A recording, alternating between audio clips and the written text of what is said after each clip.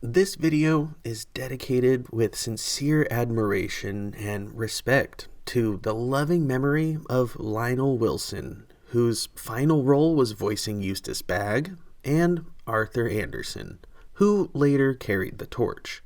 Both men left behind a lasting legacy, bringing depth and vitality to what I believe is the most complex character in Courage the Cowardly Dog.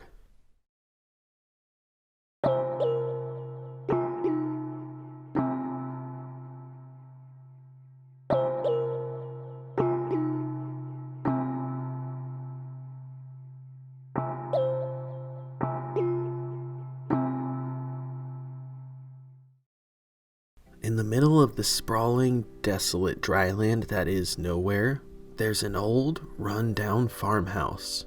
It's rather quiet and completely isolated from the rest of society.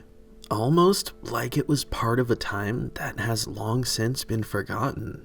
Inside of that house, though, lives a man who's blindly enraged at everything. The world, his wife, the dog, even himself. This man is none other than Eustace Bagge. And to most viewers, he's just an old grumpy farmer whose only purpose in this show is to torment his dog and make brazen demands of his wife. All the while, not pulling any weight himself. But what if there were more to his story? What if there was a deeper reason behind why he ended up the bitter old man that he became? What if behind his cruelty lies something much darker than any monster or villain that Courage would ever face? Something that shaped him decades before any of this. Today, on our nostalgic walk down memory lane, we're not just talking about your run-of-the-muck cartoon villain.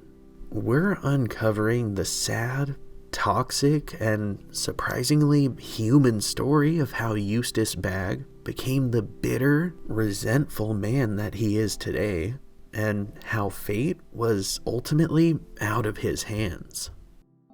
Before we get into it though, I just want to thank you so much for being here and for checking out this video. I hope you have an excellent day, and I really appreciate your time. Now, for us to really understand the kind of man that Eustace Bagge became, we have to first look at how he views people who are different, people who could use a little compassion, and people who are vulnerable. For him, weakness isn't something to be understood. It's something to be mocked. And to be honest, nowhere is that more clear than the first episode we're going to take a look at. It's a story that reveals just how cruel that Eustace can be, and furthermore, it lays a solid foundation for us to understand how he views others and himself. We're looking at none other than the Season 1 episode, The Hunchback of Nowhere.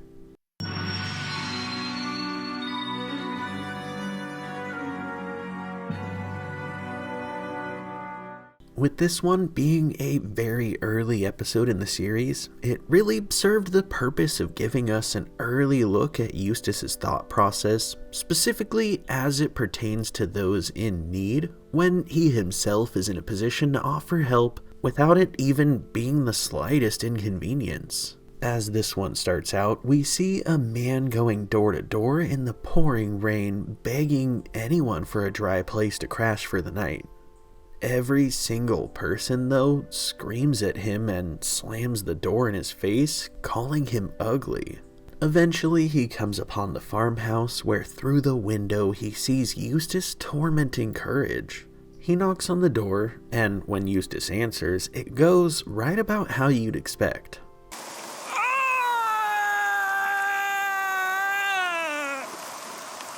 No! We could have put him in the attic at least. Eustace demands that Courage go get his raincoat, which he left in the barn, and while he's out there, he comes upon the hunchback hiding out in the barn and playing with some bells. Courage joins him and the two share a very touching moment together, making some sick beats and doing some rather impressive acrobatics. Eventually though, after Courage has been gone for a really long time, Eustace comes looking for him. Thankfully though, Courage is able to cover his tracks, trying not to let Eustace know about his new friend hiding out in the barn. Unfortunately though, that leaves the Hunchback watching from above, unable to help as Eustace abuses Courage. After Eustace takes off, the Hunchback does everything he can to make Courage feel better. He treats you so badly. One shouldn't act unkindly to others. Oh, look! Stupid dog. After cheering him up with the shadow puppets, we fast forward to the next morning where Muriel is making some breakfast for Courage, who slept in the barn all night. His new friend ends up coming to the door and Muriel happily allows him to come in and eat with them. Of course, when Eustace sees him, he throws a huge fit, demanding that he leave. Muriel puts Eustace in his place though, telling him that Courage is allowed to have friends over if he wants to. As breakfast continues, Eustace keeps saying really rude and hurtful things directly to Courage's friend's face, and in return, he calls Eustace bald repeatedly, which pushes Eustace to the point of being steaming mad. Due to his complete and utter lack of hospitality, Muriel ends up making Eustace eat his breakfast in the henhouse, and just like that, we cut to later that night where Eustace is reading the paper and yelling at Muriel to make dinner. When she's nowhere to be found though, he ends up searching and finds her outside in the rain under an umbrella, listening to Courage and his friend play the bells up on the roof of the barn. When he sees that Courage's friend has his raincoat though, Eustace loses it and all hell breaks loose. He marches right up there, takes his coat from Courage's friend, and tells him to keep walking until Eustace can't see him anymore. Eustace then proceeds to start abusing Courage again, scaring him and causing him to almost fall off of the roof of the barn in the pouring rain. At the last moment though, Courage's friend stands up for him and puts Eustace in his place. You really wanted to see ugly? Stupid dog.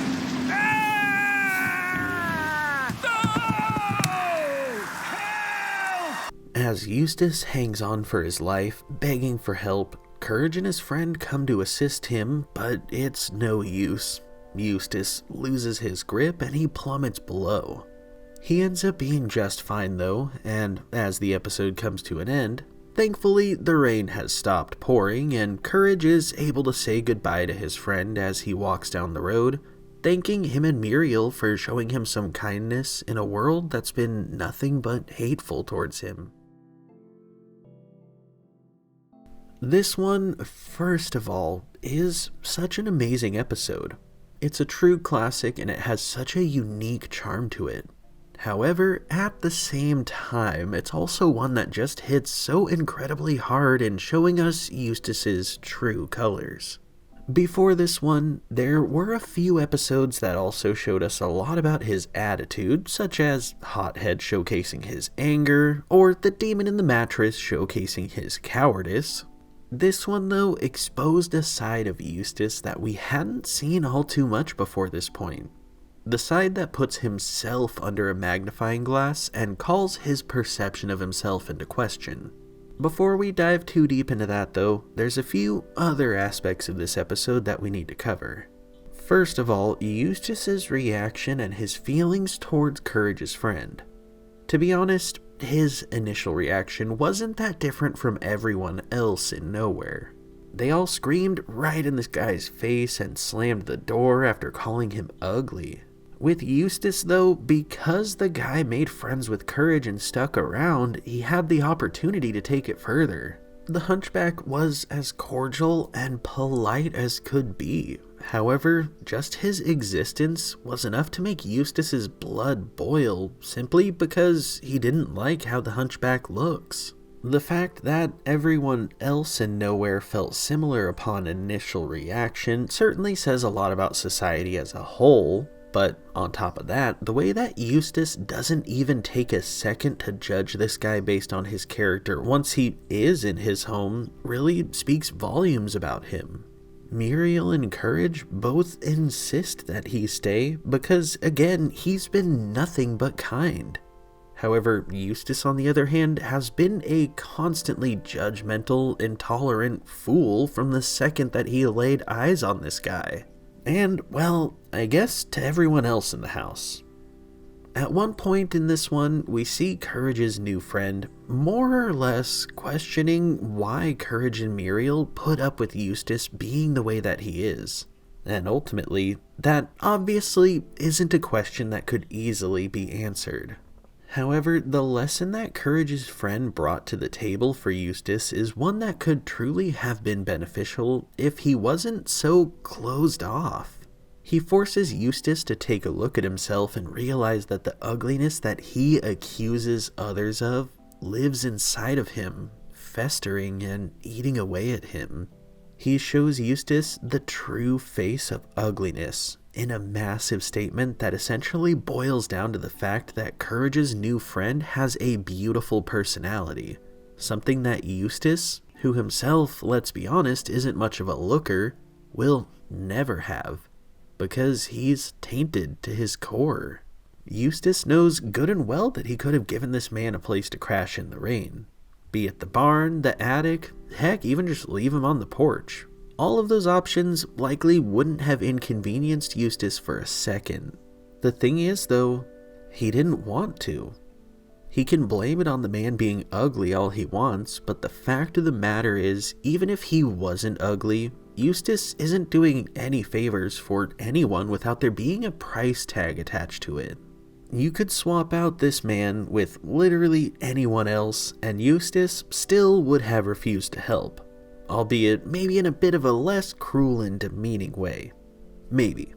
For Eustace, his greed and his cruelty overshadow every single aspect of his life, especially the way that he approaches situations and people in general. As it pertains to this man showing up at his doorstep, the fact that Eustace perceived him as hideous was just kind of the fuel for the fire of his degrading nature. In his eyes, he likely sees this guy as an easy target who's just feeding Eustace ammunition by simply existing. Ultimately, though, this guy's built up quite the thick skin from being verbally abused by pretty much everyone that he comes across. Eustace's abuse doesn't hurt him the way that it does Courage because he's likely taken way worse than what Eustace is dishing out. As a result, he's able to kind of approach with a clear head when it comes to responding to Eustace because he isn't really fazed by him. This guy sees right through Eustace's facade and he's able to peg exactly what Eustace is from a mile away. On top of that, he's smarter than Eustace and leagues more emotionally aware. Those things in combination with one another resulted in this remarkably beautiful moment in the end where Eustace sees himself and for once, he's terrified of what he sees. This right here was him acknowledging the ugliness inside of him and recognizing that it's been there, always. One thing that needs to be acknowledged, especially keeping in mind that this is how Eustace has been ever since the first episode of this show, is that he didn't become this way overnight. His cruelty and his antagonistic nature isn't really random or something that gives him a quick laugh. It's methodical. It's practiced. It's ingrained. Seeing him mock Courage's friend in this episode forces us to look further and ask a deeper question.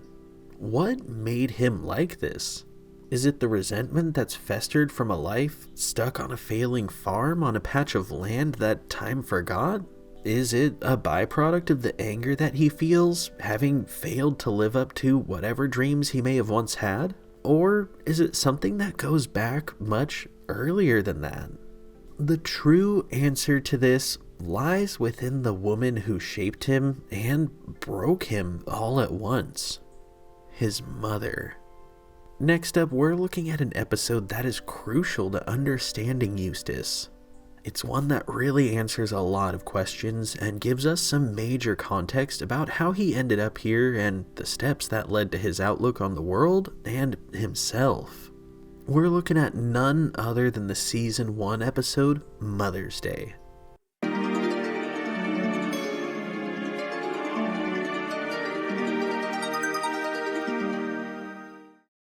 As this one starts out, Muriel is telling Eustace that he has to go see his mom because today's Mother's Day. However, he doesn't want to go alone, so he demands that she go with him. Unfortunately, she refuses to step foot in that woman's house, and as a result, Courage is put up to the job. The two head out as Eustace has presents in hand. Are you sure you don't want to go? Be off with you now. My favourite show is starting. On the drive there, Eustace starts trying to train Courage to growl and bite his mother when he gives a specific signal. When they arrive, however, Courage completely misses Eustace's signal, not really understanding what he's getting at. We quickly learn that Eustace's mother thinks that he's an idiot.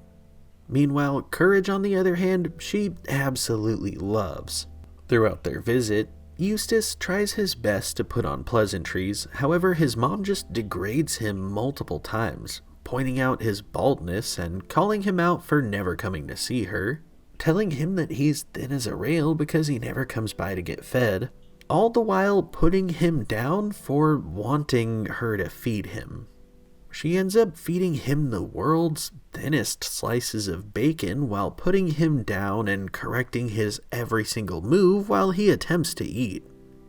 Eventually, they move the gathering to the living room where Eustace gives her gifts, but she just spits them in his face, both literally and figuratively. Things reach arrears, however, when Eustace's mom decides that she wants a picture, however, not with Eustace, with Courage instead. She then goes off to get a present for Courage, and when she comes back with a teddy bear for him and nothing for Eustace, he begins to throw a massive fit. She then says that she does have a present for him as she turns around and pulls out a mask just like the one that Eustace uses to scare Courage, using it to scare the daylights out of him. Ha ha ha! You're still a fraidy baby. Your pa was a real man. You can't fill his shoes. With his manhood called into question, Eustace pulls out a table and decides to arm wrestle his own mother. The two go head to head, seemingly pretty well matched. As Eustace accuses her of never liking him, she doubles down on calling him stupid, dragging him down even further. Eventually, Eustace asks Courage for help, threatening him if he doesn't, and as Courage causes Eustace's mother to sneeze due to the flowers that he brought, the arm wrestling match comes to an end and her hair slips right off of her head. She begins crying her eyes out, saying that she's ugly and that no one could ever love a mother as ugly as her. At that point though, Eustace gets down to her level, telling her that she always looked just fine to him. Thank you, son. But you're the ugliest boy I ever did see. That's my ma. Later on, Eustace and Courage return home with a picture for Muriel to commemorate their time, and just like that, the episode comes to an end. Wow. More than almost any other episode, this one shines a huge light on Eustace's history in such an interesting way. It's an episode that doesn't necessarily lay any groundwork for his past. However, it lets you as the viewer fill in the blanks for yourself based on some of the things said and the actions portrayed in this episode. What's mind-blowing too is taking in the fact that they kind of jumped right into the deep end from the get-go. The very first lines in this episode are literally Eustace talking about how he doesn't want to go see his mother in the first place, let alone by himself. Now, first of all, that in and of itself comes with the implication that Eustace isn't comfortable being around her on his own. I imagine that's likely due to trauma from a childhood of her treating him like he's never going to be good enough and making him feel like dirt. I mean, we saw only 10 seconds of this man trying to sit down and just eat 2 little tiny strips of bacon, and he couldn't even do that without her barking orders at him as if she were some kind of drill sergeant there to teach him how to be a proper soldier. If it was that bad with Courage there as a buffer, imagine how much worse it would have been if it was just Eustace flying solo for this trip. She likely would have been down his throat tenfold in comparison to what we saw here. On that note, you can't blame the guy for not wanting to go alone, or not even wanting to go in the first place. I mean, I wouldn't want to go either if I knew good and well that this is the lion whose den I was walking into. Like, when Eustace showed up, she wasn't even happy to see him. She didn't even really bother greeting him until she decided it was time to call him stupid. What's really defeating about this too is that it isn't really like the case with Eustace, where he isn't exactly capable of showing love. Eustace's mother can show love, and she does show love to Courage. However, she just chooses not to show that she loves and appreciates Eustace because, well, she doesn't. That right there is one of the biggest answers as to why Eustace is the way that he is, but what's really shocking is just how deep that this rabbit hole really goes when you continue to follow it through the rest of the series. What this one gave us, though, is the tools to picture what Eustace's childhood was like, having to walk on constant eggshells, living under a mother like this. There were multiple times here where she put him down, calling his intelligence and his looks into question. On top of that, there was even that moment when she says that Eustace will never be half the man that his father is, and that he'll never fill his shoes.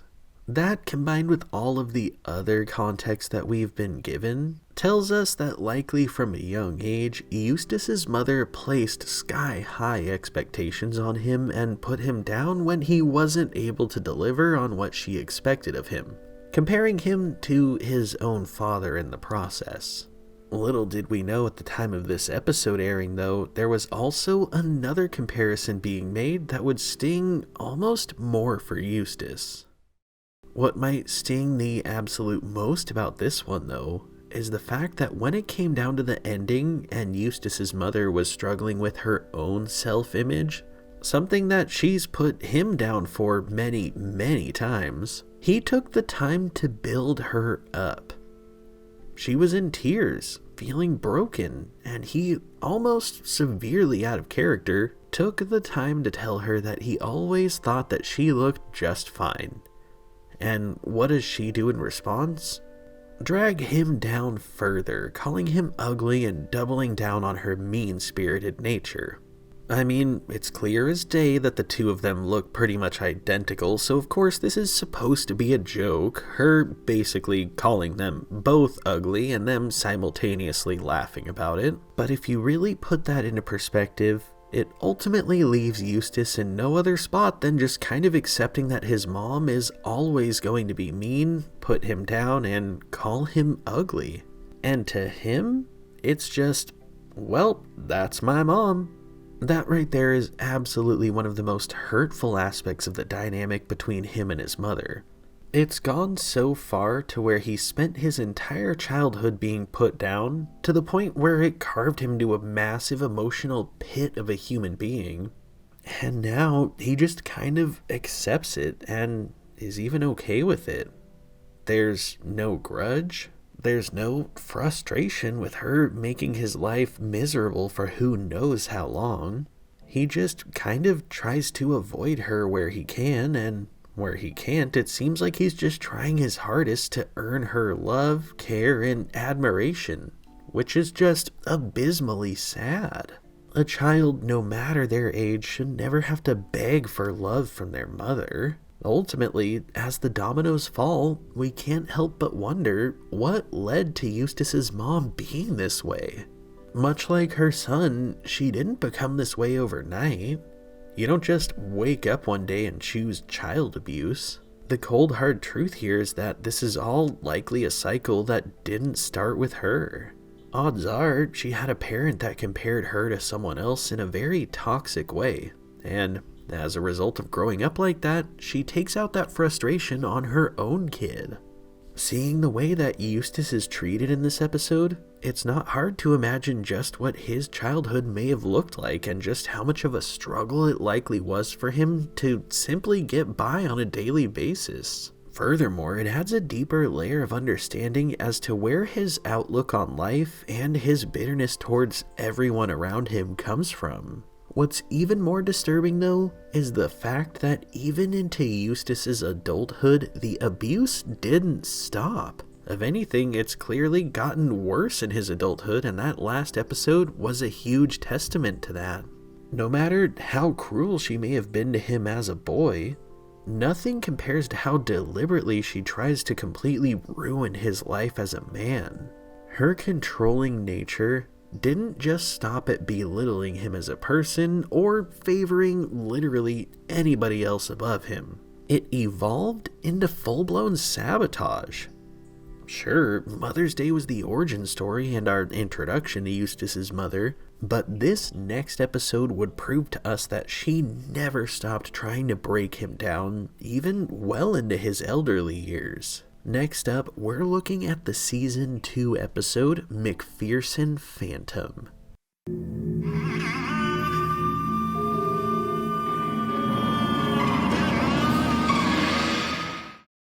Man, that title card music is just so fittingly ominous for this episode. It is, just absolutely chilling. As this episode starts out, we see Muriel finishing up laundry. Eustace, getting dressed after a shower, puts on a freshly folded shirt, and immediately he's folded backwards and left in crippling back pain. He blames it on Muriel for folding the shirt too tight, but ultimately she chalks it up to the new detergent.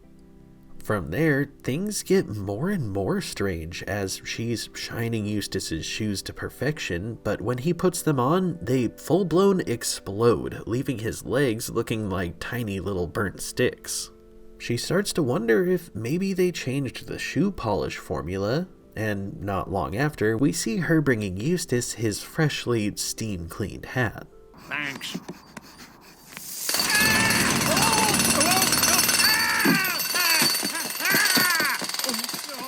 Must be something new they're putting in the steam. Later that night, as Muriel is serving dinner, Eustace says that he's not eating anything that she made. After being folded, blown up, and pecked by birds, he's starting to think that she's got it out for him. Eustace walks off, saying that he doesn't even feel safe in his own home anymore, and we see him on the phone with his mother, talking about how he thinks Muriel is mad at him. I don't know, Ma. I think she's angry at me or something. I don't know why. I am the perfect husband. Gotta go now.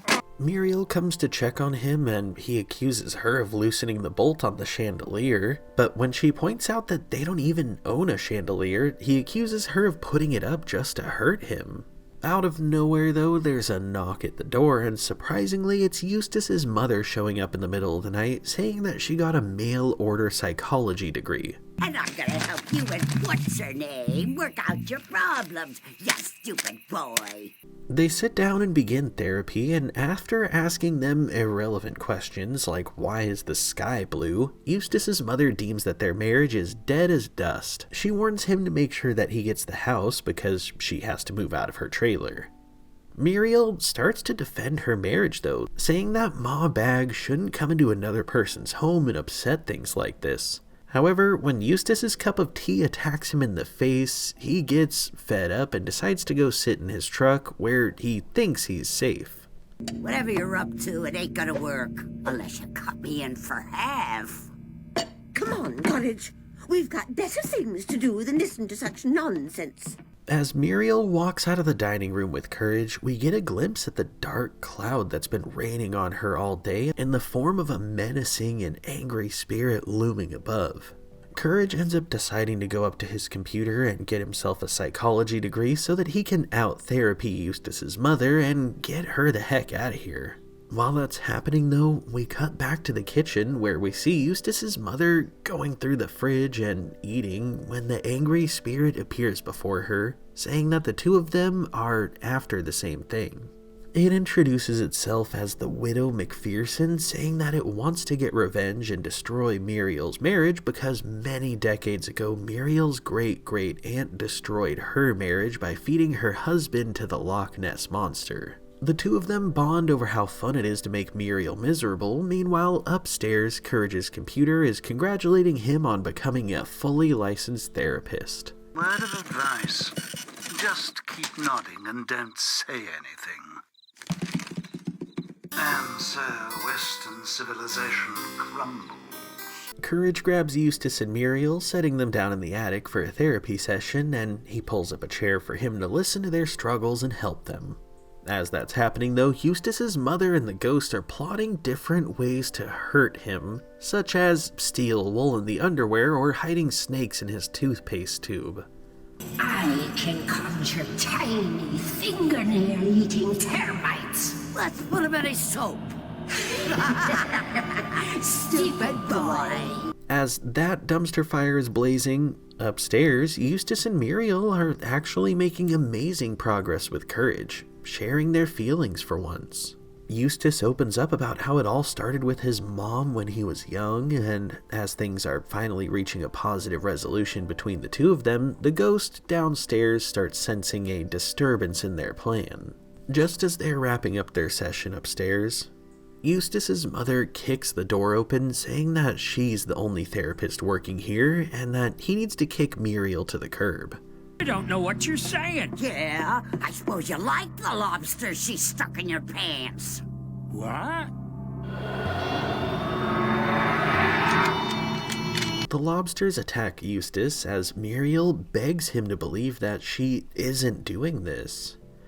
Courage steps up to help Eustace and take the lobsters out of his pants, but Ma Bagge gets angry at him for trying to help her son. She chases Courage, calling him a stupid dog and trying to attack him. That is, until he hits her with a Rorschach test and starts bringing out her struggles. She opens up about how she sees a bitter old woman with a bad wig who's in a lot of pain. It all started out years ago with my mother's Auntie Griselda. She was a cruel woman, made us all miserable. She once even threw some guy into the Loch Ness. At the realization that it was actually one of Eustace's relatives who murdered the McPherson Phantom's late husband, the ghost confronts her. However, Ma brushes her off, saying that she doesn't really care and that she's busy getting therapy. Her brazen attitude, however, only ends up fueling the ghost's rage further, as it ends up chasing her out of the house with some lobsters. With Ma Bagge and the ghost out of the picture, the family is left appreciating the fact that everything is back to normal, and just like that, the episode comes to an end. Oh man, I remember seeing this episode as a kid, and it really was one that shook me to my core. It's one that really sticks with you. Not in a haunting King Ramses curse way, or in a traumatizing Freaky Fred kind of way, but in a way that hits a little too close to home for a lot of people. It doesn't have to be a mother, it can be a father, an aunt, an uncle, or even a friend or a coworker. But we've all come across that person who isn't afraid to stick their nose where it doesn't belong just to start drama and stir the pot because they're miserable. That's one thing I truly find remarkable about Courage the Cowardly Dog. They can throw spiders at us, zombies, and even King Ramses. Sure, they're shocking, but nowhere near as uncomfortable as an episode that revolves around something that's a real-life tale as old as time. In this one, sure, the ghost part was far-fetched, but Eustace's mother coming about as soon as problems arise and playing herself off like she knows what she's talking about in a blatant effort to break them up for her own personal gain, it's just enough to leave you with a pit in your stomach a bit. even more than that, though, is the shocking realization of just how much Eustace's mother has messed him up and continues to overstep boundaries and trample him as a person. I mean, the events of Mother's Day were bad enough. Seeing her just full-blown degrade him and judge every move that he makes. But at this point, she's just trying to blatantly destroy any possible crumb of happiness that Eustace might have in his life so that she can benefit off of the broken life left behind. What's even more messed up about that is the fact that it isn't even necessarily about destroying Eustace's happiness. It's about her greed. She doesn't really want to break up Eustace and Muriel per se, she's just greedy and wants more than she already has in life. Eustace's happiness and his marriage are just kind of casualties in her conquest to live a more lavish and spacious lifestyle. On top of that, she doesn't even like Muriel to begin with, so it's not really any skin off of her nose if her life is destroyed in the process. Ultimately, this one capitalized on how much Eustace's mother really doesn't care about him or anyone other than herself for that matter. She's 100% self-centered and doesn't really seem to have any problem with it. One of the most appalling acts of selfishness that we saw from her, though, had to have been the point where Muriel points out how weird things are around the house, and Ma Bagge responds saying that she doesn't know what Muriel is up to, but she's not getting away with it unless she cuts her in on half. That statement right there was just so messed up for way too many reasons. At this point, Ma isn't even aware of the ghost that's tormenting Eustace. For all she knows, Muriel is the one actually doing all of this stuff. Does she care, though? Not for a second, as long as Muriel pays the right price.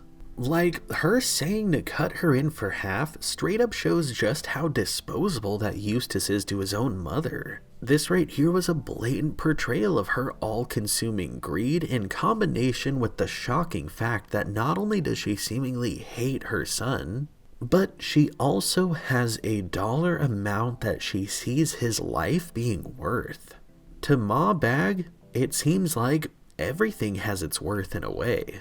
Like, to her, Eustace and Muriel's marriage is well worth destroying in exchange for potentially getting out of the trailer park. In all reality, her greed is completely blinding her as a human. Like, this ghost, sure, says that it's planning on ruining Muriel's life, but when we really look back at everything that happened in this episode, did it even do anything to her? No, not really. It didn't hurt her, it didn't attack her in any way. It tried to hurt her emotionally, but Muriel's marriage ended up being too strong for that. However, it did torment Eustace and attack him non-stop. And I'm not sure if I'm even surprised or not, but his mother absolutely did not care. As a matter of fact, she helps the ghost make things worse by coming up with even more evil ideas to hurt him. She's suggesting to go as far as sicking snakes on him when the ghost was just thinking steel wool. Like, his mother took things leagues further than the actual entity who was trying to destroy their relationship to begin with, and that right there nearly had my jaw on the floor. As the episodes keep coming, it gets harder and harder to analyze Eustace as a character the more that we see what kind of person that his mother is. It's unknown when his father passed away. However, with him seeming to be a very strong working man, it's likely that his mother did most of the raising him from an early age.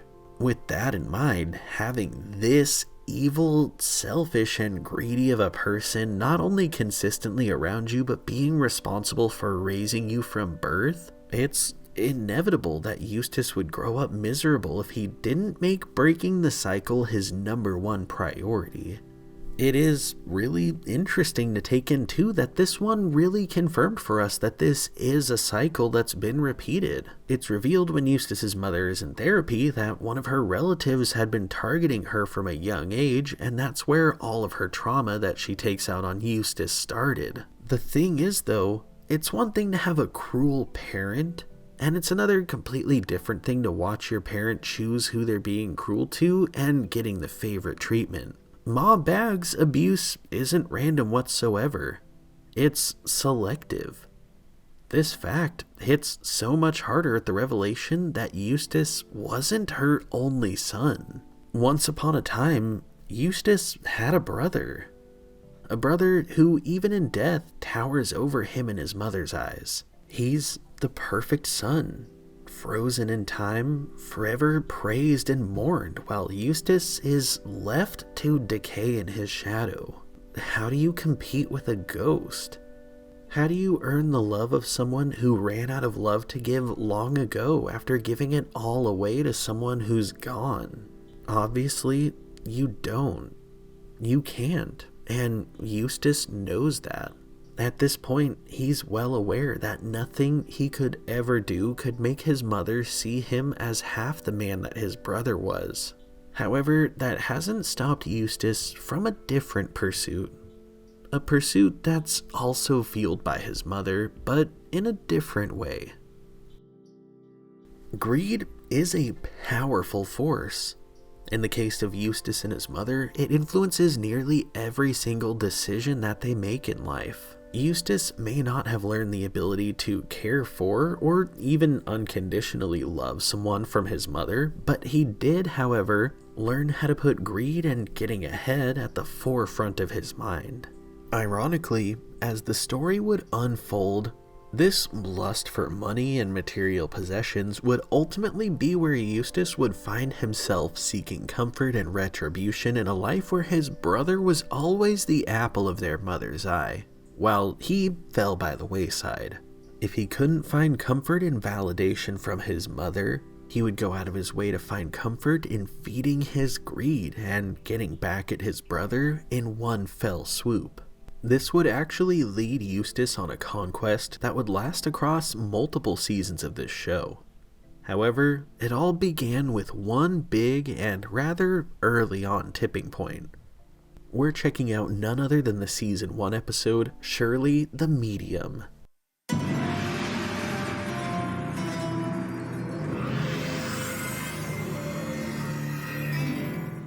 This episode begins with Courage out digging in the yard on a quest to find his misplaced yo-yo. Inside, Muriel holds a picture of Eustace's brother Horst, reflecting on how sweet of a man he was, how much she misses him, and how today is his birthday. Eustace, however, never got along with his brother. He hates the man and resents him for the fact that he died without telling Eustace where his secret box of money is. So happy birthday to nobody. Get away from me. Eustace is ecstatic to finally get his hands on his brother's hidden fortune. However, he's unfortunately not able to open it even with tools. That's probably a good thing though, considering that Courage takes a peek through the lock and hears some ominous noises coming from inside. Eventually, Eustace accepts that he can't open it without the key, and he finds himself angrier at his brother than ever. Muriel says that it's a shame that they never reconciled before he passed away, and at that, they see a perfectly timed ad on TV for Shirley the Medium, offering her services, getting in contact with the dead, and laying any final troubles to rest once and for all. Our differences are settled. He's dead and I ain't. Come now, Eustace. Isn't there anything you want to talk to him about? It is his birthday. Eustace realizes that this is the perfect opportunity to confront his brother about the box, and just like that, Muriel is on the phone, summoning Shirley. As soon as she arrives, before even saying hello, the first thing she warns is that if they're trying to contact the dead for personal gain, there will be dire consequences.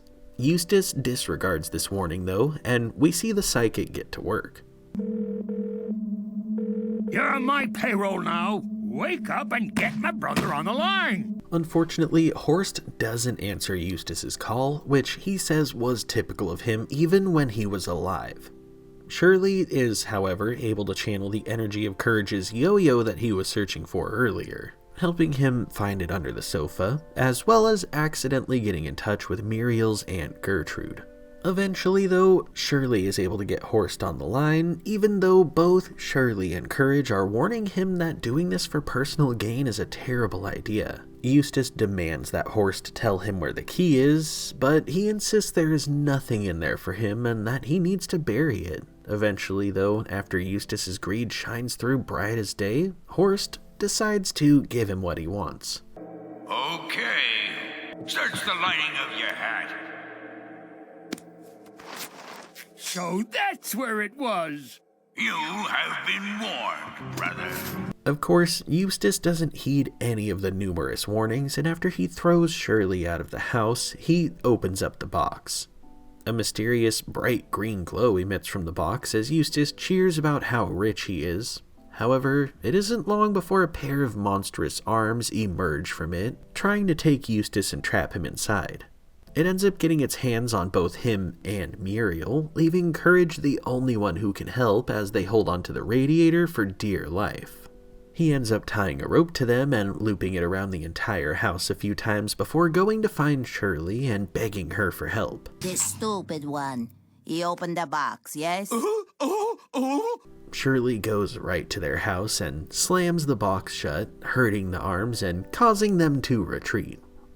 Sadly, though, Eustace didn't really learn his lesson as he watches Shirley catch a $100 bill from the box, which in turn causes him to race right up to it and open it up, getting immediately sucked inside. I'm rich, I'm rich! Hey, where am I going to spend it? Later on, we see Muriel and Courage enjoying themselves in the living room while Eustace begs to be let out of the box. Muriel tells him, though, that he's gonna have to wait until they find the key, which, as the episode comes to an end, we learn that Courage has hidden in his mouth, waiting until he's ready to fork it over. This episode is truly iconic, and it's one that will always be a classic.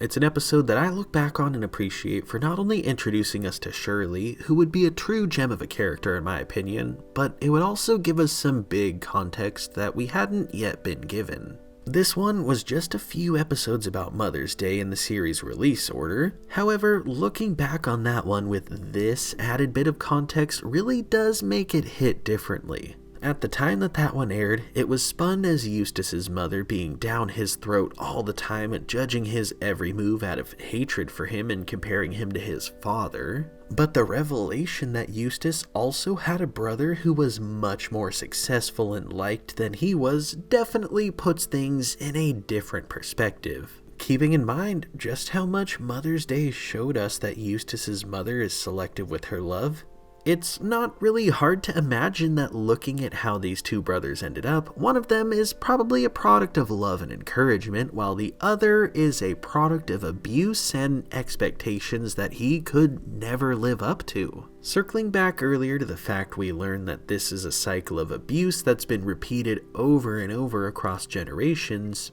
it almost stings more realizing that not only did Eustace and Horst's mother continue the cycle of abuse, but it wasn't spread across both of her children. She only targeted one. The one that she likely deemed to be the weaker of the two. The one that didn't fill his father's shoes. When we keep that in mind, the further that we peel back the layers of the onion of a character that Eustace is, it really adds this massive cloud of empathy for everything that he's gone through in life. Sure, he's this bitter old man and deserves most of the bad things that happen to him because of how he treats people and how he acts, but you can't help but wonder just how much better his life could have been if he was raised with the same amount of love and encouragement that his brother likely saw, being the favorite of the two. It's hard to imagine a world where Ma Bagge doesn't play favorites with her sons and actually raises them both with the same amount of love and care. The thing is, though, all of this is just the tip of the iceberg as far as the family dynamic goes. It truly goes so much more deeper than that, especially in the next episode we're going to look at. Before we get into that one, though, I have to acknowledge the fact that I find myself asking, what does it say about Eustace's brother that he had this box full of money that seemingly has a demon inside of it? How did he get that demon in there in the first place? And What kind of magic is at play which makes this tiny box practically endless inside? There's just so many questions that go unanswered here. The biggest fact of it though is how much this calls Horst as a person into question. He's hailed throughout the series by everyone who remembers him. Everyone looks back on him fondly and with praise. And I guess sure, maybe he fought this demon and trapped it in the box because he was a force of good.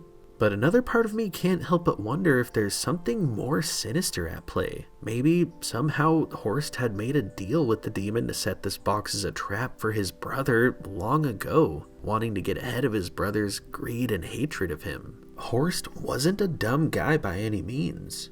He could have certainly had the foresight to consider that Eustace would go pillaging through his stuff after he died in hopes of making a quick buck. I mean, it is rather odd that this box was buried in Eustace's yard after all. It's almost like it could have been planted there for Eustace to find someday.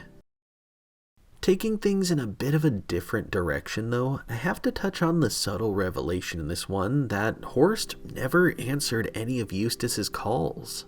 That's one of those minor details that you'd never really think that much about, but on the heels of it being established earlier that Eustace and Horst never really got along, it makes you wonder why Eustace could have been calling him in the first place. If these two hate each other, why would Eustace have tried to reach him and stay in touch? There are a few things that come to mind here.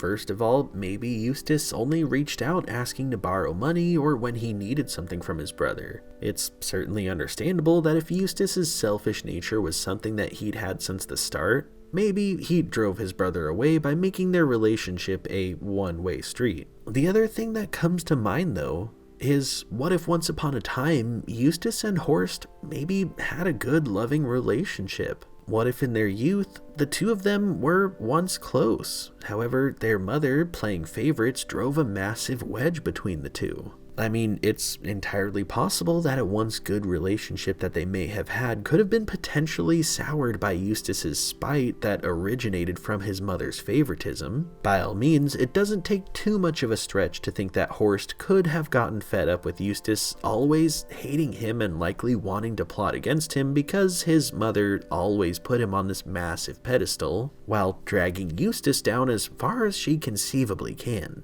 Either way, it's evident that there's definitely more to the story. Ultimately, one of the biggest things that brings me to ponder their history, though, is the fact that in this episode, it's shown that Horst apparently wasn't a bad guy. Like, even Muriel liked him and talks about how sweet of a person that he was. All the while, we've seen exactly how Eustace is firsthand. He's a spiteful jerk, mainly due to the fact that his mother practically hated him from the moment he was born. Considering that the hatred in Eustace is something that brewed and festered over time, growing into what it is now, I can't help but wonder what his relationship with his brother was like before this hatred consumed him. And what's mind-blowing is that there's actually an episode that would give us a look at that time in his life, directly answering that exact question. At the same time, it's an episode that completely changes the way that we would view his brother Horst as a character. An episode that serves as the nail in the coffin, so to speak, confirming a lot of speculations and bringing a lot of hidden truths to light for us all to take in. Next up, we're checking out none other than the Season 4 episode, Farmer Hunter, Farmer Hunted.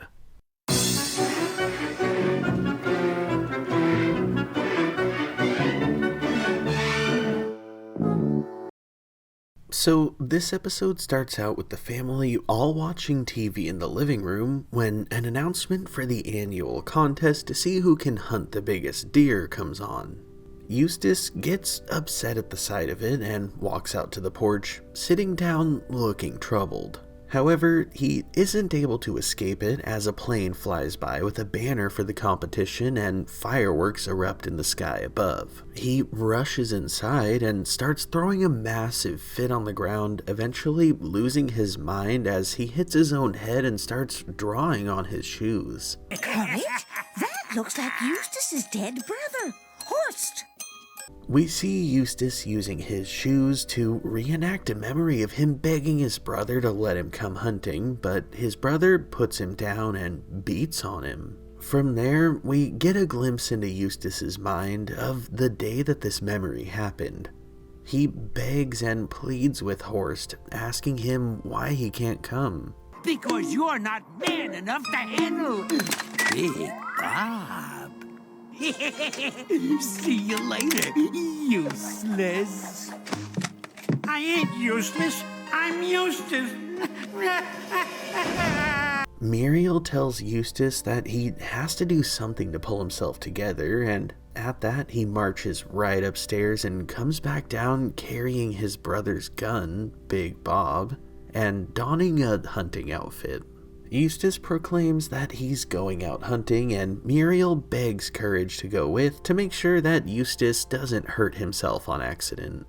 Much to Courage's dismay, he goes along, and just like that, we cut to later that night where Eustace is mindlessly pointing his gun at Courage and accidentally shooting hunters out of trees due to his complete lack of basic firearm safety.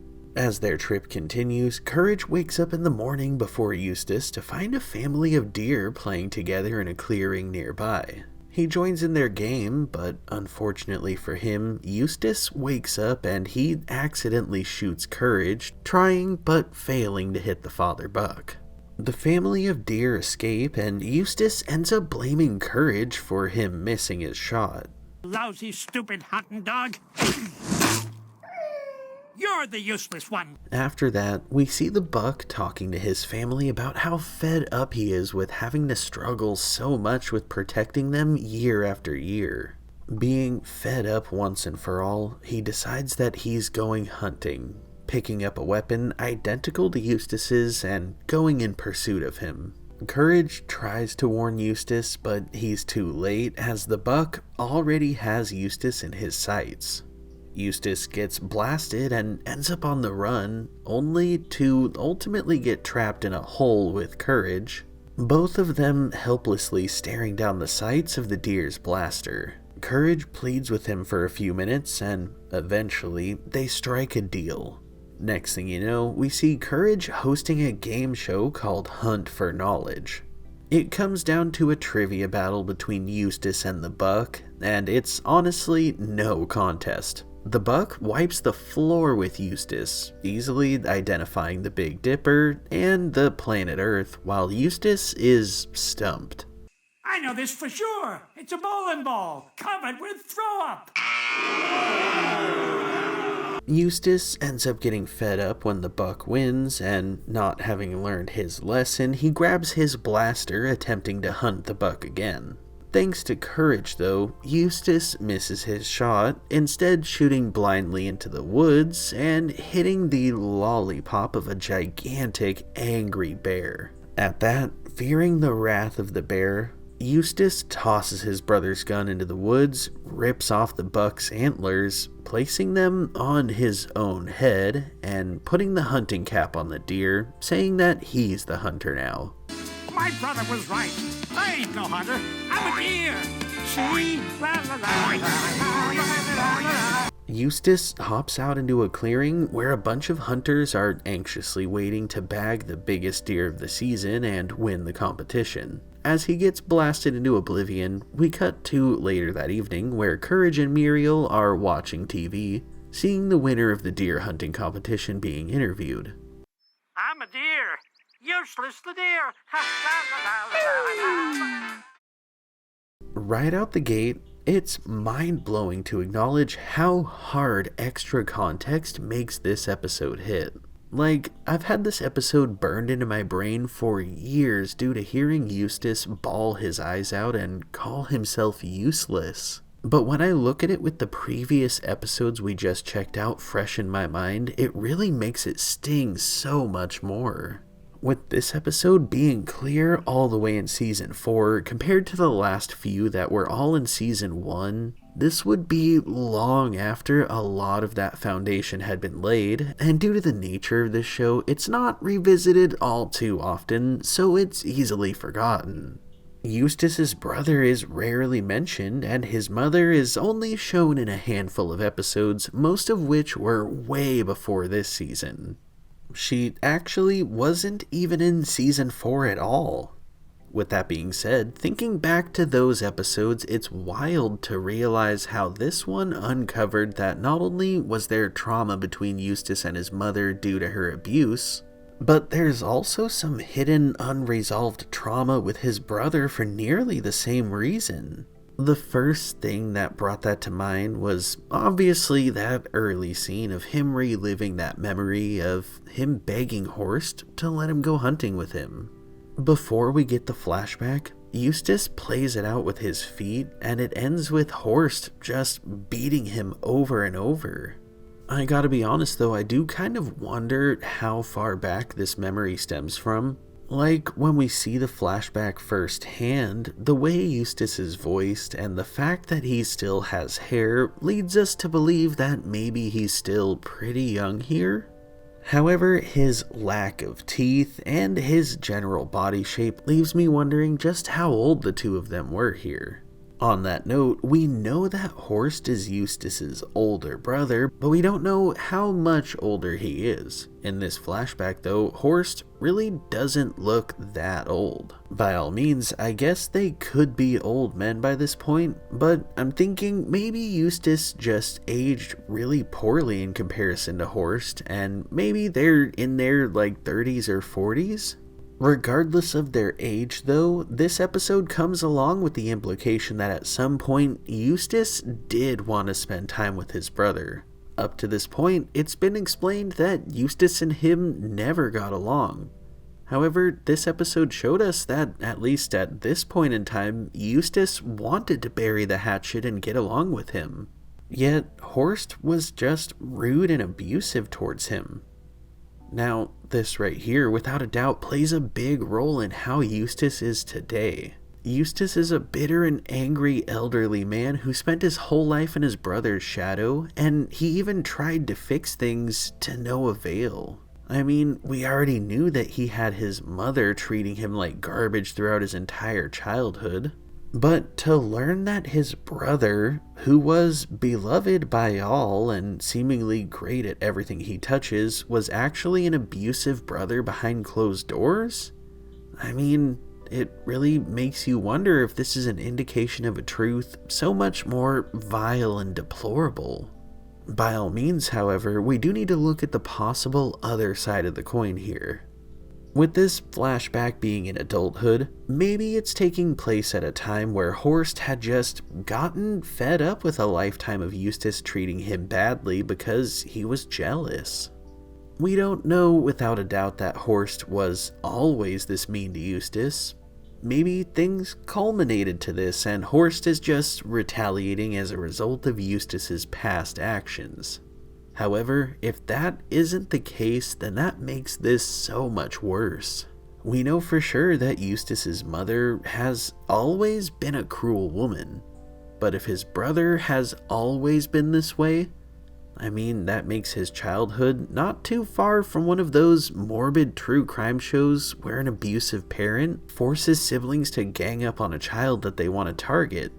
Except in this case, Horst was ready and willing to dogpile on his brother.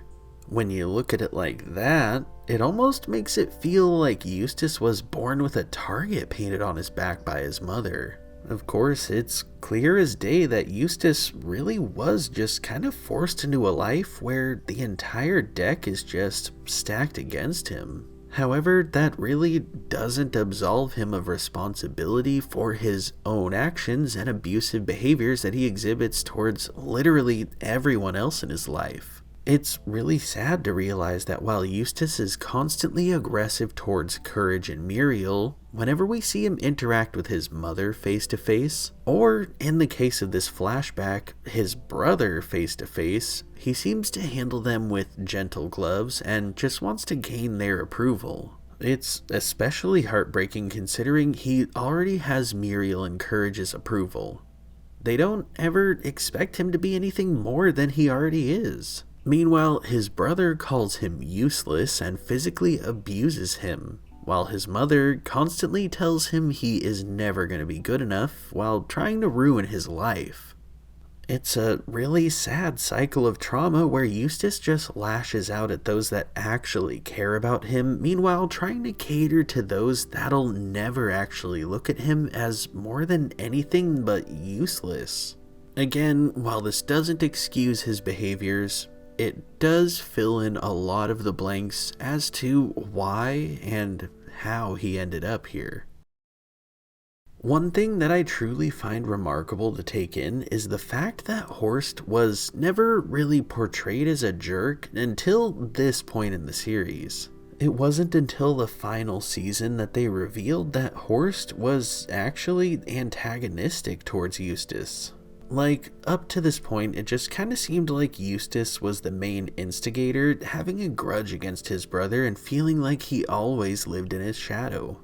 But this revelation inevitably changed a lot of things and really makes it worth watching back this whole series in a new light, to be honest. The episode Shirley the Medium alone is an excellent example. That one made it seem like Horst being the way he was towards Eustace was just in response to Eustace being a greedy, selfish jerk. However, this episode showing us that even when Eustace had good intentions, Horst was still a jerk, it really paints an entirely different picture here. Even bigger than the revelation that Horst was actually a jerk is the revelation that he also used to live in the farmhouse with Eustace. That right there leads to just so many questions. Was this Eustace's brother's house that he just inherited when he passed away because he lived there too? Was this a family house that's just been in their family for generations? I mean, regardless of that answer, this really does just come with so many implications, and it also answers a lot of the why as well. I mean, Eustace lives every single day miserable in a house that's associated with some of the worst memories that he's got buried in his subconscious. He represses his emotions and isn't really one to even remotely attempt to process things in a healthy way. With that in mind, living here definitely is not good for his mental health. He's already carrying so much bottled up emotional baggage while trying to continue business as usual, and being in a place where so much traumatic stuff happened definitely is making it worse. It's kind of surprising to me that he just chose to continue life here after Horst passed away. I would assume that he'd want to sell the place and get as far away from nowhere as he could. On a different note though, it's really interesting to see in this one that once upon a time, the walls of this house were covered completely in decorations, mostly trophies from Horst's hunting trips. Honestly, I've always wondered why the walls of this farmhouse have always been so barren, and this might just explain it. Like, there's always been this one picture on the staircase wall, and that's all there's ever been. I could be looking too far into it. I mean, maybe Muriel moved in after Horst passed away and she did some renovating and redecorating, but who's to say that maybe Eustace didn't take all that stuff down and get rid of it, kind of cleansing his palate and ridding himself of the energy that his brother brought into that house. I do want to point out though that this one does explain how the box with Horst's fortune ended up in the yard. He must have buried it there some point before he passed away. It doesn't really explain the demonic curse that was put on it, but it does explain how it got there in the first place, as well as the key being in Eustace's hat. At first glance, all of those circumstances being so close to home kind of seemed a little odd and rather targeted towards Eustace, but the revelation that this was once Horst's house as well clears a lot of the air as far as that's concerned. All the while, though, muddying the emotional waters, so to speak, and making the void between him and Eustace cut so much deeper. Speaking of things that cut deep, though, we have to touch on Eustace's outlook on himself and how much it's warped over time. He's never really been the self-deprecating type, though he acknowledges that he's no Horst. However, looking back at the start of this episode, and specifically the Hunchback of Nowhere, It really has me contemplating just how much Eustace changed over the years. Back then, he saw a reflection of himself painted in a way that he had never contemplated before, calling his inner ugly self into question. However, this episode would revolve around him seeing himself as useless thanks to his brother destroying him and ultimately by the end accepting it and even calling himself Useless the Deer. When we keep in mind the beginning and Eustace kind of losing it as he pretends that his shoes are puppet versions of himself and his brother, this ending really hits like more of a massive mic drop of a moment. Like, we saw him full-blown hysterical, while Muriel was telling him that he has to do something to pull himself together. Eustace was completely unable to function as he was crippled by the memory of his brother calling him useless. Him, at the end though, renouncing his humanity and calling himself Useless the Deer just really feels like him completely going off the deep end, as he struggles to accept the fact that he's not the man that his brother is.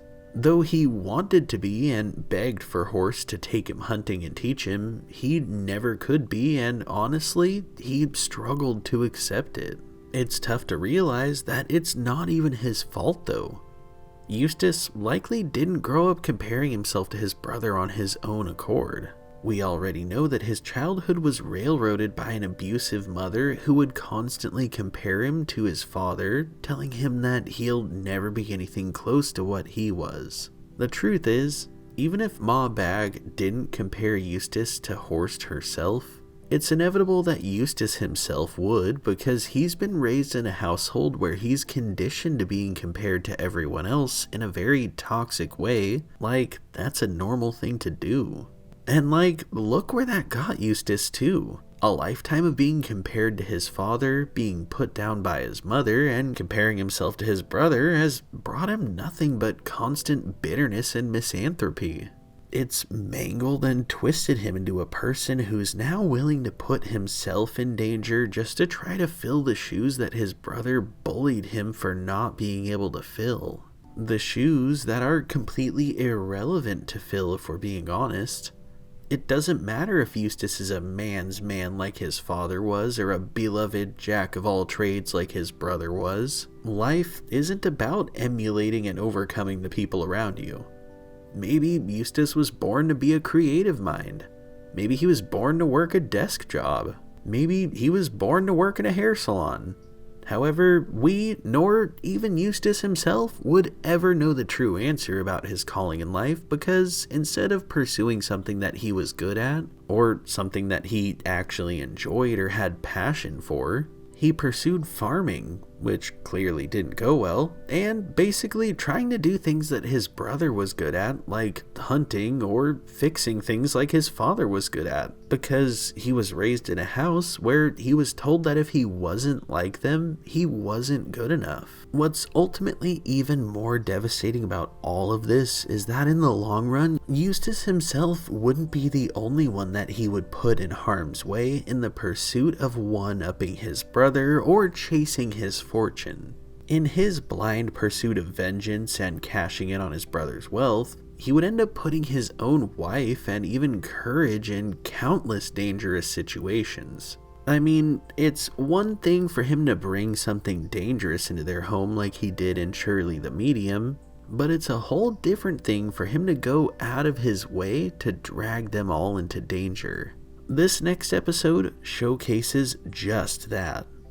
It shows a point where Eustace is so thirsty for riches left behind by his brother that he's willing to put anyone and everyone in danger just to follow through with his pursuit. We're looking at none other than the Season 2 episode, Forbidden Hat of Gold.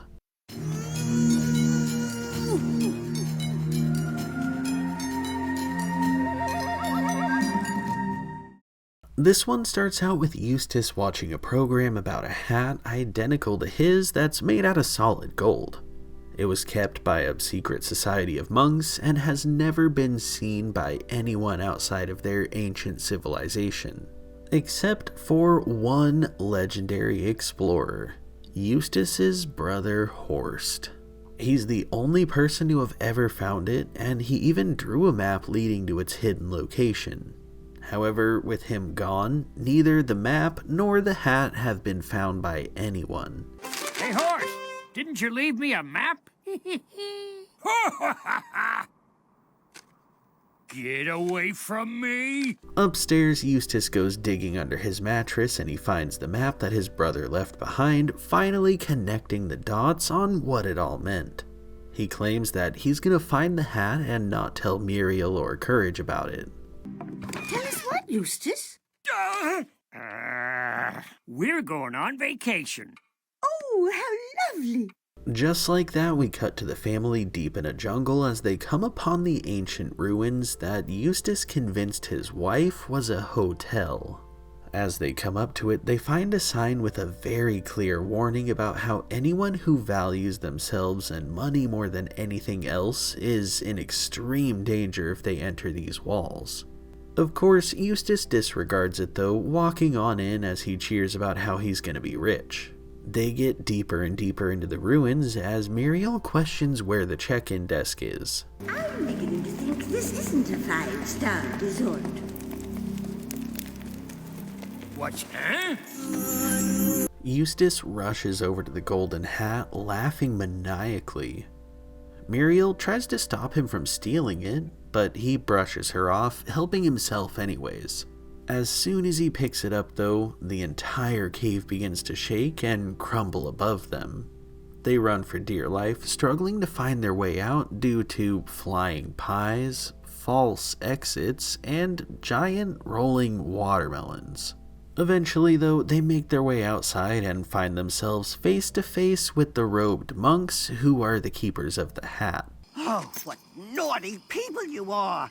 You shouldn't ought to have touched the golden hat! Didn't read our sign, did you? The family ends up chained up in a chamber where there are skeletons of other victims chained up on the walls also. They demand that Eustace tell them where he hid the hat, but he insists that they're lying and that he didn't take it. The monks tell them that if they don't give up the hat, one of them is going to be sacrificed, as they give the family 1 minute to think it over. Dismissing their threats and calling them hippies though, Eustace stands firm, especially to Muriel, that he didn't take the hat, even when the monks come in and drag her away, saying that she's gonna be sacrificed. As he sits there still calling their bluff long after they've left, Courage ends up slipping out of his chains and busting the door down. Down below, he sees Muriel tied to a post before a giant stone statue. One of the robed monks chants in a foreign language before the statue as it comes to life and steps toward Muriel, who's absolutely petrified. Luckily for her though, Courage thinks on his feet, using a cell phone to call for a present to be delivered to the giant stone monolith.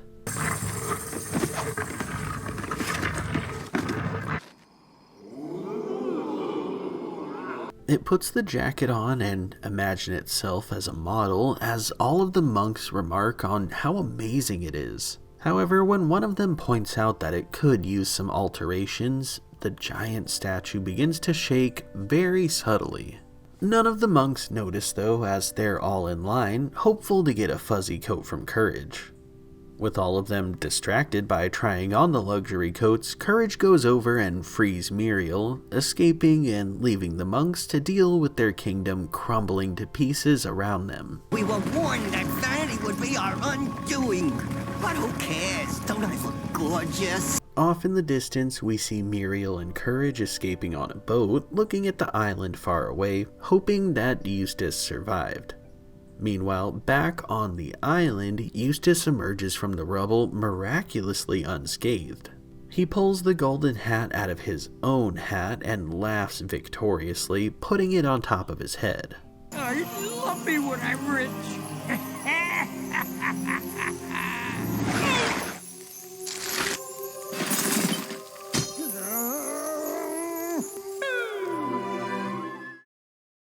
Now, there were two very specific episodes that I wanted to end this video on, and this would be the first of the two.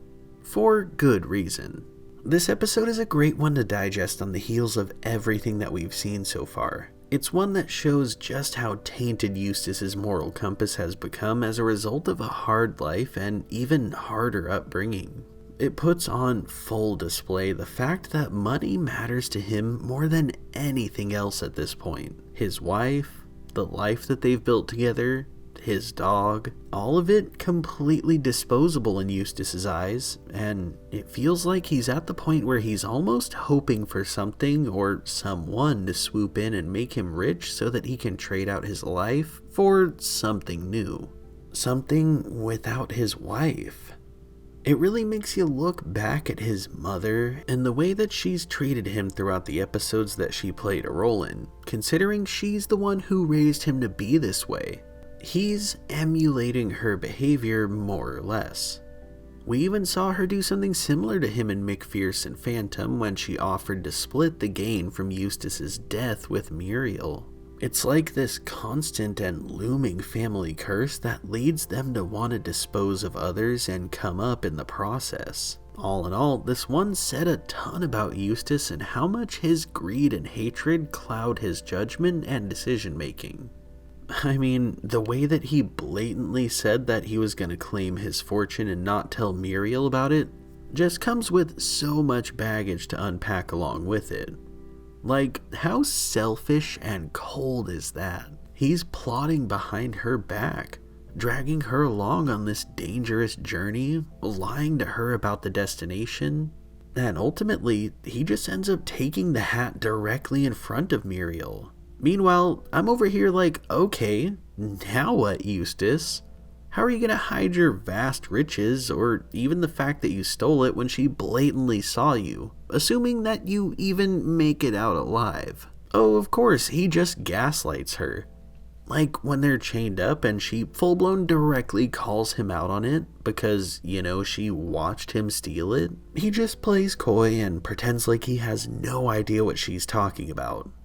It's even more offensive because all of these manipulation tactics that he's learned from his mother aren't even effective. He doesn't even successfully manipulate anyone, really. He's just kind of a massive jerk and gets his comeuppance at the end of every story. What it really comes down to is that this was nothing but a selfish, greed-influenced, half-baked plan that never stood a chance of going anywhere. At least not anywhere positive. This episode also serves to be a massive statement on how his moral compass and his sense of judgment have been warped into something that would make any person with even the slightest bit of compassion and empathy nauseous. The reason behind that again is a life lived in misery. Having his selfish, greedy mother led him to having the same traits as her, but multiplied in a sense. All the meanwhile, it's also the result of how he's never been able to escape his brother's shadow, even in death. He can't even watch TV without seeing a program about his brother, who, seeing this, really multiplies just how successful any of us thought that he may have been. Like, years after his passing, people are still wowed by his achievements. Meanwhile, his brother is still miserable, bitter, and angry about being put down by everyone around him, including his brother, who everyone says is so amazing. In all reality, for Eustace, this definitely is a greedy conquest. However, it's also partly a personal one. In a way, him following this map and finding the treasure that Horst discovered is partly him achieving something that his brother accomplished. Sure, Horst may have paved the path and marked the way, but nevertheless, Eustace following in his footsteps and cashing in on the journey is him getting the last laugh against his brother in a way. Unfortunately for him though, his greed would be his own undoing. Now, one clear lesson that you could gather from this series is that the apple didn't fall far from the tree. But the real truth is, though, the apple bore seeds that outgrew the tree tenfold and formed an orchard of despair and hatred. Sure, Eustace's mother may have been an awful parent. She may be spiteful and unpleasant in every sense of the word. However, where her hatred and anger spawned at a young age as a result of mistreatment by a distant relative, her mother's mother's Aunt Griselda, Eustace was born in it. He was shaped by that hatred and anger into a man that could build a mountain out of the hurt that he's holding on to.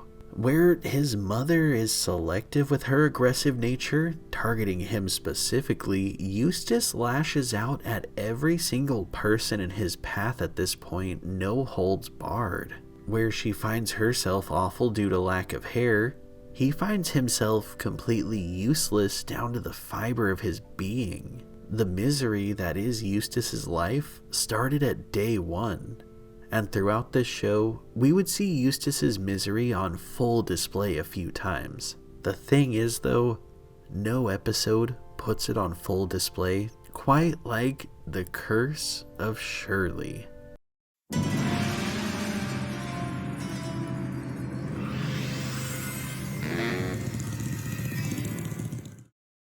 As this episode starts out, we see the family in the living room preparing for Eustace's birthday party. However, Eustace bursts their bubble, saying that there isn't going to be any party, clearly not wanting to celebrate.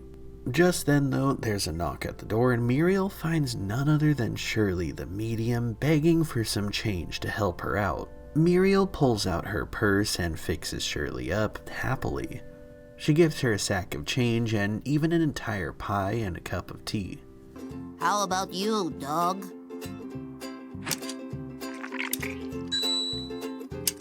Courage full-blown rips out his gold tooth and forks it over to Shirley, who then asks if Eustace has an offering.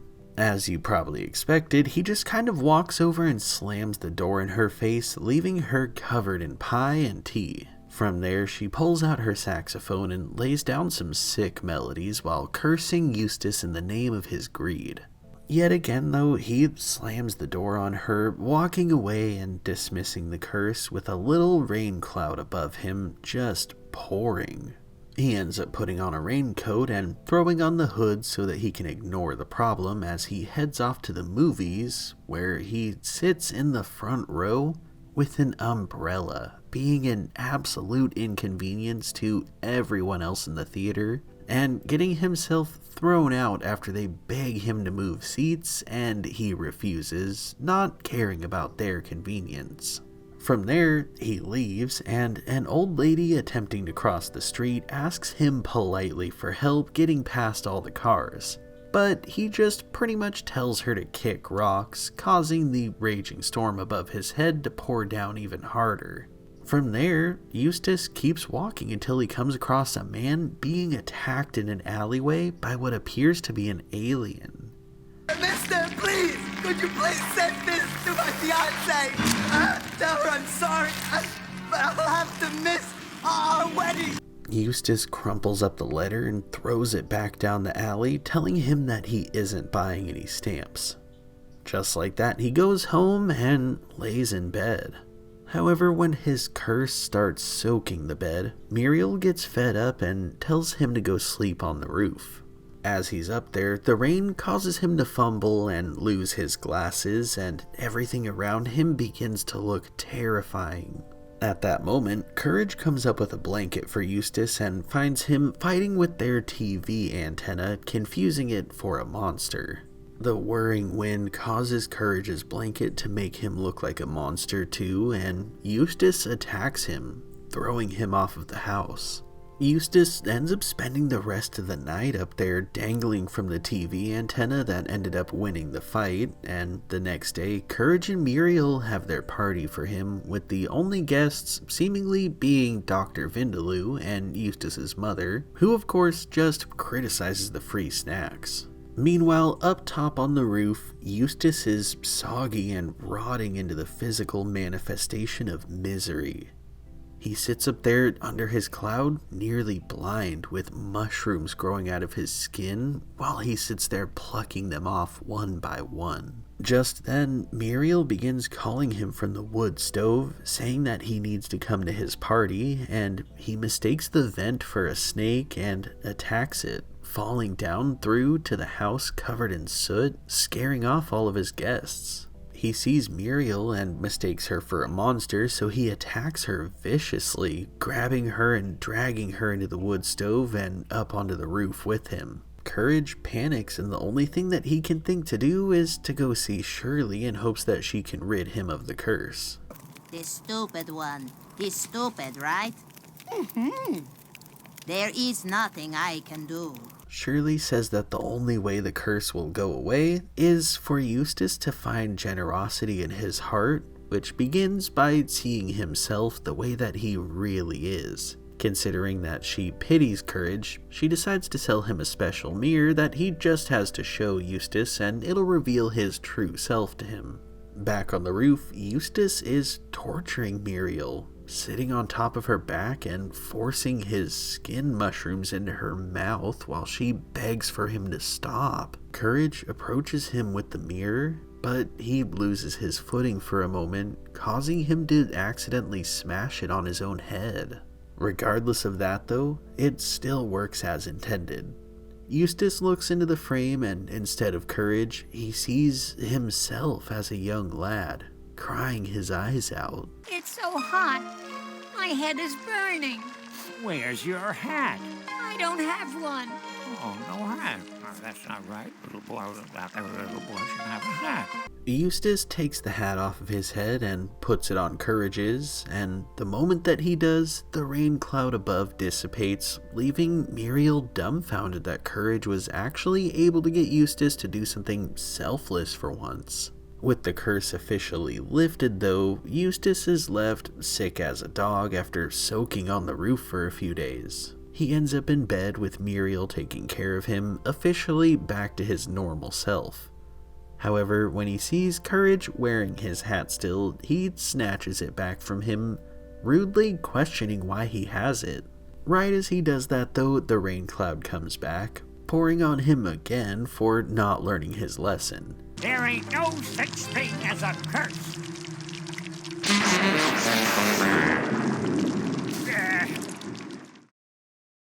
You guys, I honestly cannot think of a better episode to end this video on.